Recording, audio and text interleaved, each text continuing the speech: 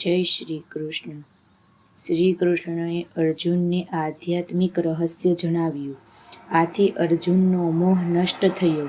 પછી અર્જુને શ્રી કૃષ્ણ સમક્ષ ઈશ્વર સ્વરૂપ જોવાની ઈચ્છા પ્રગટ કરી.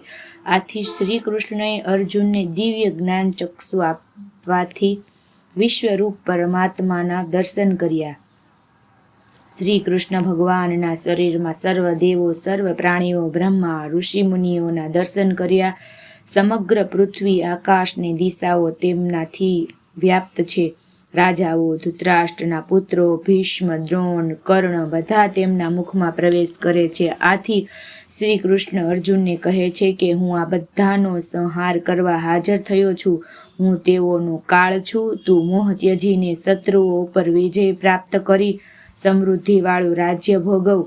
ત્યારબાદ અર્જુન જણાવે છે કે હું પ્રભુ આપનું આવું ભયંકર રૂપ જોઈને હું ભયભીત થઈ ગયો છું. માટે આપ પહેલાના સ્વરૂપે મુકુટધારી, ગદાધારી, ચતુર્ભુજ સ્વરૂપે પ્રગટ થાઓ.